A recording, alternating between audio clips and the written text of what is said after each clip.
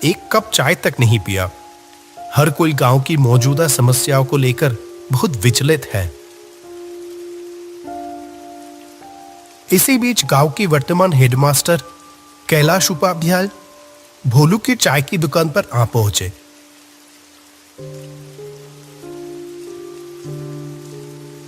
अरे रामलाल, माधव, तुम लोग यहाँ इतना उदास होकर क्यों बैठे हुए हो?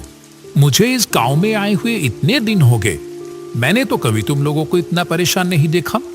हमेशा हंसते मुस्कुराते हुए ही देखा है, लेकिन आज अचानक क्या हुआ? आइए मास्टर जी, बैठिए।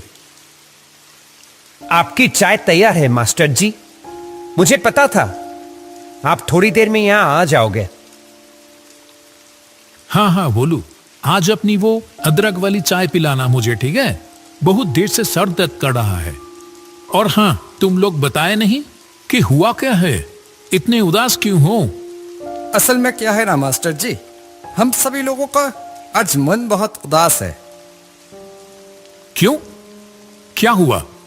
इतने खूबसूरत गांव के लोगों के साथ घुलने मिलने से किसी का भी मन बेहतर हो जाएगा, लेकिन उन्हीं लोगों को आज अचानक क्या हुआ? आप तो जानते ही हो मास्टर जी कि हमारे गांव में कोई अस्पताल नहीं था। कोई भी बीमार होता था तो उसको 2 गांव पार 10 मील दूर जाना पड़ता था। अस्पताल पहुंचने से पहले ही तो कितनों की मौत हो गई। इसीलिए हम सभी मिलके अपने पैसे बचा के इस गांव में एक अस्पताल बनवाया। लेकिन क्या? हमारी सारी बचत खत्म हो गई। अस्पताल तो तैयार है, पर बिस्तर तो खरीदना बाकी रह गए। हमारे पास तो और पैसे नहीं बचे। अब क्या होगा? ओह, ऐसी बात है। मेरे पास कुछ पैसे तो थे, पर वो तो मेरी बेटी की शादी में खर्च हो गए हैं। लेकिन हाँ, इच्छापुर गांव में मेरी पुश्तैनी जमीन है एक। अगर उसे बेच दिया तो जो पैसा आएगा, उम्मीद है उससे अस्पताल का बेड हो जाएगा। क्या कहते हो? ये आप क्या कह रहे हैं मास्टर जी? आप अपनी पुश्तैनी जमीन बेच देंगे? मेरे तो बस ये 1 साल की नौकरी बची है। मैंने तो मन बना लिया, जो प्यार यहां मिल रहा है, मैं तो बाकी की जिंदगी यही गुजारूंगा तुम लोगों के साथ। क्यों, नहीं रखोगे क्या? वैसे भी ये तो बड़ा ही पुण्य का काम है। भगवान ऐसे अवसर बार बार नहीं देते। रामलाल, माधव और भोलू की आंखों में जैसे आंसू आ गया हो। तीनों ने हाथ जोड़कर कैलाश मास्टर का शुक्रिया अदा किया। अरे अरे, ये क्या कर रहे हो? अच्छा सुनो, हम लोग कल ही निकल जाएंगे। काफी समय से कुछ लोग मुझसे वो जमीन खरीदना चाहते थे। देखते हैं, अगर इस बार बात हुई तो उनको ही बेच देंगे। अगले दिन सुबह कैलाश, रामलाल और माधव इच्छापुर गांव की ओर चल पड़े।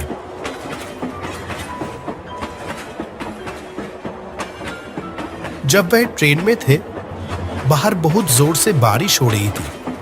आसमान काले बादलों से ढका हुआ था और हवा भी बहुत तेज चल रही थी। ये बारिश तो रुकने की नाम ही नहीं ले रही है। मैं भी तो वही सोच रहा हूं, इतनी बारिश में जाएंगे कैसे? वहां एक नदी भी तो पार करनी होगी। आपका गांव क्या स्टेशन से बहुत दूर है? स्टेशन में उतर के पहले हम लोगों को नदी के किनारे पहुंचना होगा, फिर वहां से नाव लेके नदी पार करके जाना होगा मेरा गांव। ऐसे ही बात करते करते समय बीतता चला गया। आखिरकार जब तीनों स्टेशन पर पहुंचे, वो शाम हो चुकी थी। सुनसान स्टेशन पर बस वो तीनों आके ही उतरे। अभी तो बारिश थोड़ी रुकी है, चलो देखते हैं जल्दी से नाव घाट पर पहुंच पाते ही या नहीं। वो तीनों स्टेशन से बाहर आ गए। आसपास कोई भी नजर नहीं आ रहा था। बारिश के कारण रात का अंधेरा अन्य दिनों के मुकाबले कुछ ज्यादा ही था। घने काले अंधेरे ने चारों ओर जैसे एक जादुई माहौल बना दिया था। वह स्टेशन के पास एक बरगद के पेड़ के नीचे आके रुके। यही पर रिक्शा मिलता था। आज तो एक भी रिक्शा नहीं दिखाई दे रहा। इतनी बारिश की मौसम में क्या ही मिलेगा। किसी ने तो उम्मीद भी नहीं की होगी कि इतनी बरसात की रात में भी कोई आखिरी ट्रेन से यहां आ भी सकता है। अब क्या किया जाए? चलो पैदल ही चलते हैं।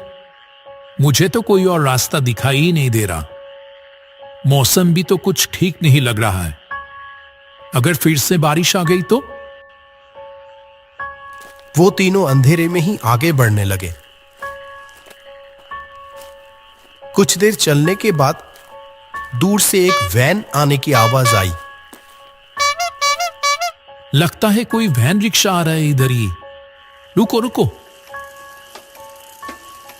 कुछ ही देर में दूर से कच्चे रास्तों में एक वैन आती हुई दिखाई दी। कैलाश ने उस चालक को देखते ही पहचान गया। कहा, अरे रतन भैया, आपसे मिले हुए कितने महीने हो गए। वो आदमी कैलाश को थोड़ी देर देखा, फिर कहा, अरे कैलाश, कैसे हो? अपने घर जा रहे हो क्या? जी रतन भैया, मैं तो ठीक हूं। ये दोनों हैं रामलाल और माधव। मैं जिस गांव में अभी मास्टर हूं, ये दोनों उस गांव से ही है। हम सब तो अभी मेरे घर जा रहे थे। रतन भैया, आप हमें नदी के किनारे ले चलोगे क्या? तो आज रात की आखिरी नाव मिल जाती। रतन ने कहा, इस बरसात की रात में नाव मिलेगी? अच्छा चलो देखते हैं, बैठो। चलो रामलाल, चलो उठो। ये आखिरी मौका है। अगर ये निकल गया तो सारी रात यहीं रुक के बारिश में भीगना पड़ेगा। चलो चलो। सभी लोग वैन पे जाके बैठ गए। अंधेरे में ही वैन आगे बढ़ने लगी।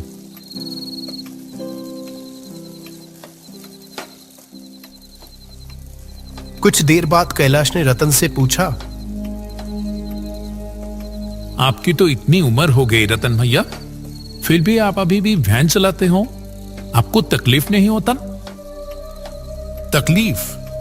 हाँ, होता था पहले, अब नहीं होता है। पहले होता था, अब नहीं होता है। इसका क्या मतलब है? वो कुछ नहीं। तुम तो बहुत दिनों बाद इछापुर गांव आए हो। हम लोगों को तो भूल ही गए हो तुम। नहीं नहीं, ऐसी बात नहीं है रतन भैया। दरअसल काम के सिलसिले में मैं अभी जहां रहता हूं, वहां से आमतौर पे आना जाना हो नहीं पाता है। आज भी तो एक जरूरी काम से ही आया हूं। गांव में मेरे बाप दादा की जो जमीन है ना, उसे ही बेचने आया हूं। बेच दोगे? क्यों, क्या हो गया? कोई मुसीबत?